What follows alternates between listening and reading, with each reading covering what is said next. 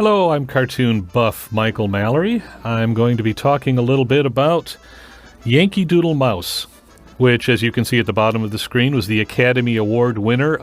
The reason they were able to advertise that on the cartoon itself is because they frequently re-released the cartoons with these special title cards. Occasionally, they would pre-release the cartoon for consideration and then release it with the title card if it won. This is probably the fastest and most gag-filled Tom and Jerry cartoon ever. If not the, it's certainly in the top 3 or 4. Bill Hanna and Joe Barbera, who made this, of course, hen grenades. How could you not love hen grenades?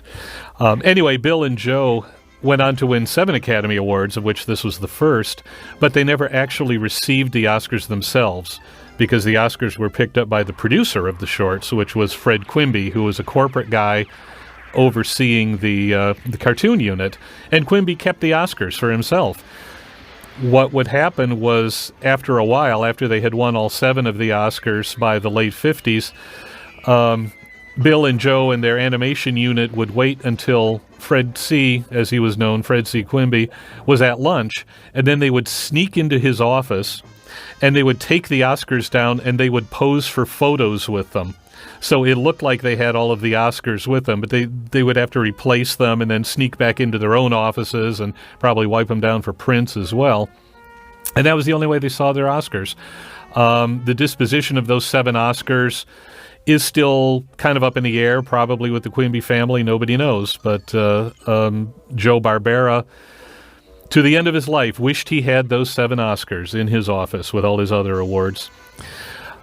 Here, of course, as you saw earlier, we have Lieutenant Jerry Mouse fighting Tom with whatever he can, a grater, an ironing board. One of the most interesting things about this cartoon is that, unlike almost every other wartime cartoon, no matter what the studio was, you don't see the characters cast as the adversaries during World War II, meaning you don't see Tom dressed like Hitler. You don't see him in a Nazi uniform. He's not part of the Axis. He's simply a cat.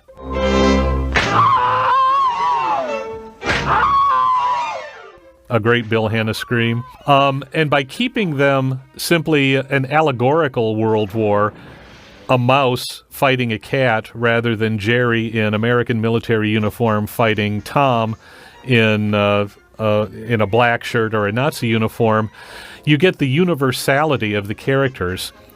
Even though it's set during wartime and there's wartime gags, it still plays today because you don't have that dated quality of seeing them as somebody in 1943. That is a lot of the appeal of Tom and Jerry, is that universality. They translate to any time, any country really, because they don't speak, so they don't have to be dubbed into languages. And it gives them that timeless quality that we love about them.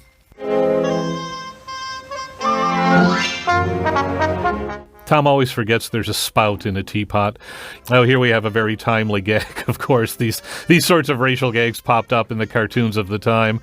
There's not much we can do about it, folks.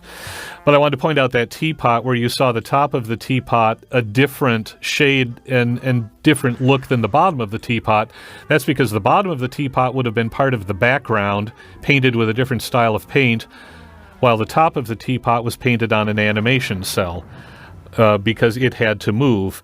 That style of cartooning, which was pretty common, anything that didn't have to move was in the background, was what allowed Bill Hanna and Joe Barbera to do the planned animation when they went into television, where so much of it was stationary and only what had to move moved.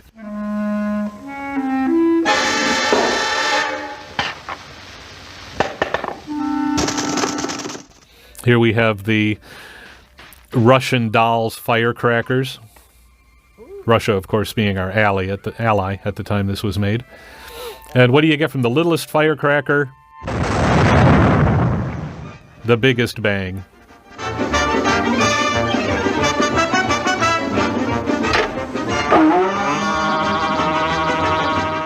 Jerry is now flying an egg crate, of course. Obviously, he's in the Army Air Corps.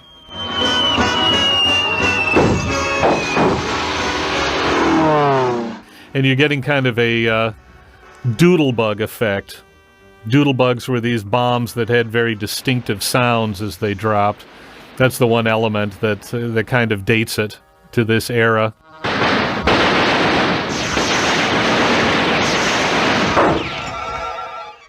Again, there's no actual weapons here.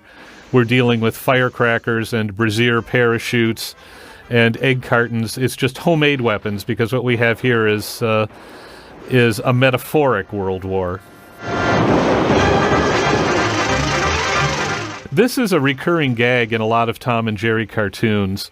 Jerry being chased by a series of objects. In this case, they're little explosive charges. In other cartoons, they are pool balls on a pool table.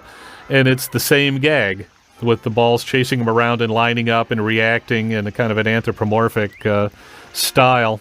And responding to commands, of course. These were obviously meant to be patriotic cartoons, and that's what I find so interesting about this particular one, is that it is on that level of metaphor.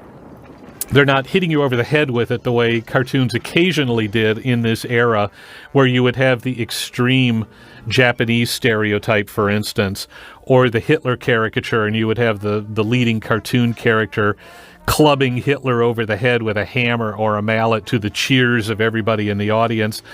In this one, really, it's the David and Goliath story. It's the plucky little guy fighting the bigger enemy.